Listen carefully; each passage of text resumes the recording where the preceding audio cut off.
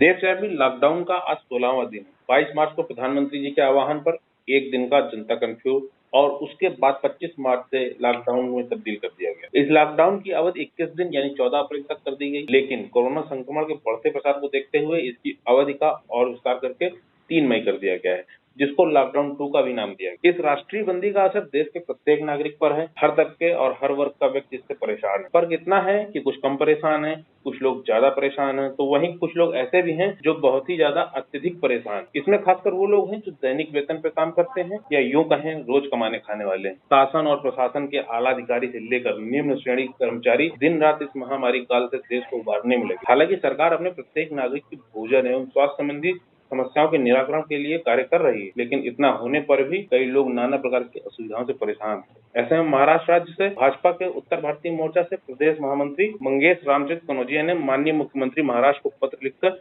विशेष समस्याओं से अवगत कराया है।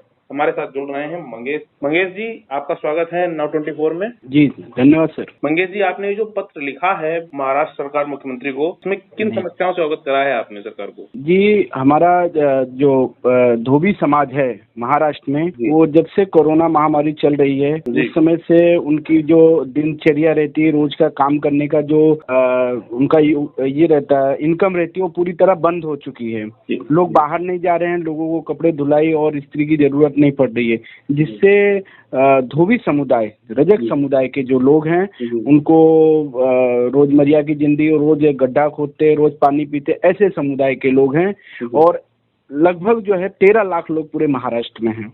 तो इन सबके रोजगार पर पूरी तरह से मार लग गई है, पूरी तरह से ये लोग परेशान हो चुके हैं। मैं सरकार से निवेदन किया, उनसे हमारी बात भी हुई कि इनको किस तरह मदद किया जाए, इनको सूखा राशन, भोजन और जो लाइट बिल इनकी अत्यधिक मात्रा में आती थी, यूनिट इनका काफी हाई रहता था, उस यूनिट को कम करके उनके लाइट बिल को माफ करने के लिए मैंने महाराष्ट्र सरकार से निवेदन किया था। जी। और मंगेश जी, जिस तरह से आपने ये पत्र लिखा है, तो ये पत्र सिर्फ आपने मुख्यमंत्री को ही लिखा है या अन्य किसी अधिकारियों को या शासन प्रशासन किसी और व्यक्ति को भी लिखा है? जी, पहले हमने माननीय मुख्यमंत्री उद्धव ठाकरे जी को यह पत्र लिखा, फिर हमारे महाराष्ट्र के पूर्व मुख्यमंत्री और महाराष्ट्र सरकार में विपक्षी नेता हैं देवेंद्र फडणवीस जी, मैंने उनको भी लिखा।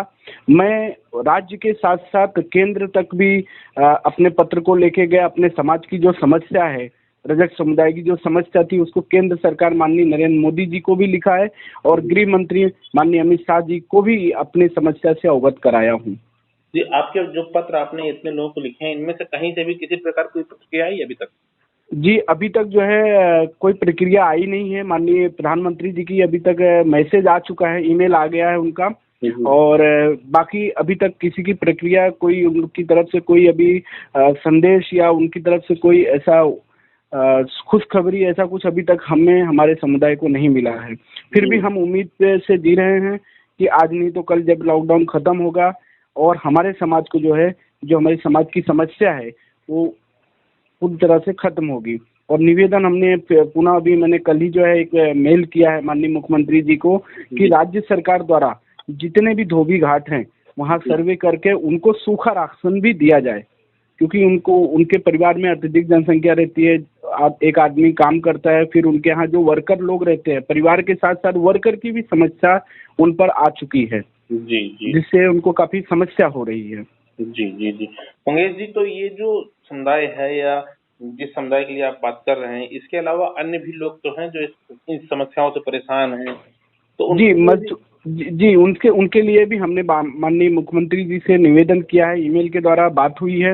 और जो मुंबई में मजदूर कामगार हैं, जो वर्कर दिनमर्या की जो कामगार करते थे, जो दिनमर्या के काम करते थे, उनको भी लेके हमारी चर्चाएं चालू हैं, हमारी बातें हुई हैं। हमने कई ऐसे उद्योगपति जो इस महामारी में दिन भर भोजन करा रहे हैं, यहाँ तक हमारा चैरिटेबल ट्रस्ट भी डेली आज लगभग 1 महीने से भोजन और राशन सामग्री दे रहा है। हमने कई ऐसे टीमों से मिलजुल कर बात किया और उनको लगातार भोजन की व्यवस्था की जा रही है। मुंबई में अभी तक लोगों तक भोजन पहुंच रहा है, राशन सामग्री की समस्या हो रही है। जी मंगेश जी, एक चीज मैं आपसे और पूछना चाहूंगा कि सरकार जितना जो कुछ कर सकती है या जो कर रही है वो कर रही है, जो उसकी दृष्टि से बच रहा है या जो समस्याएं उससे छूट रही हैं वो सब आप महानुभाव पत्र लिख करके उनको सूचित कर रहे हैं, उस पर ध्यान आकर्षित कर रहे हैं। क्या भाजपा का ये जो उत्तर भारतीय मोर्चा है ये भी कुछ कर रहा है इस समय? इस संकट जी काल में इनके लिए उत्तर भारतीय मोर्चा भी कुछ कर सकता है? जी, लगातार पिछले 1 महीने से जब से माननीय प्रधानमंत्री जी ने लॉकडाउन का आह्वान किया है, तब से लगातार 1 महीने से हमारी भारतीय जनता पार्टी जो हमारी उत्तर भारतीय मोर्चा है, उत्तर भारतीय जो हमारी मोर्चा है वो लगातार इस विषय पे लगी हुई है और लोगों को लगातार लोगों के घर पे जाकर उनसे सर्वे करके उनको राशन और भोजन की समस्या जो हो रही है पूरे मुंबई में, ये लगातार 1 महीने से हमारी जो भारतीय जनता पार्टी उत्तर भारतीय मोर्चा डिपार्टमेंट है और हमारे उत्तर भारतीय मोर्चा के जो वरिष्ठ नेता हैं संजय उपाध्याय जी, संतोष पांडे जी, अमरजीत मिश्रा, प्रमोद मिश्रा जी, जो लगातार इस विषय पर गाइड कर रहे हैं, मॉनिटर कर रहे हैं और हम जो वो युवा नेता है, जो कार्यकर्ता है, उनको अवगत करा रहे हैं कि वहाँ आप किसी भी हालत में उनकी सहयोग करिए, उनको जाके मदद करिए। सर्वे के दौरान सबको राशन और भोजन तो अत्यधिक जनसंख्या में डेली जो है पूरे मुंबई में ये वितरण किया जा रहा है। और एक जानकारी है कि मैं निवेदन आपके चैनल के माध्यम से करूंगा, कल एक ही दुर्घटना हो गई हमारे उत्तर भारतीयों के साथ, ऐसी दुर्घटना ना हो, भोजन हर किसी को मिले, कोई खाने के लिए ना मरे, ऐसी दुर्दशा ना हो, सब एक दूसरे को कोऑपरेट करे, ये निवेदन हमारी तरफ से है। जी जी जी, ये थे हमारे साथ मंगेश जी, जो उत्तर भारतीय मोर्चा से प्रदेश मंत्री हैं।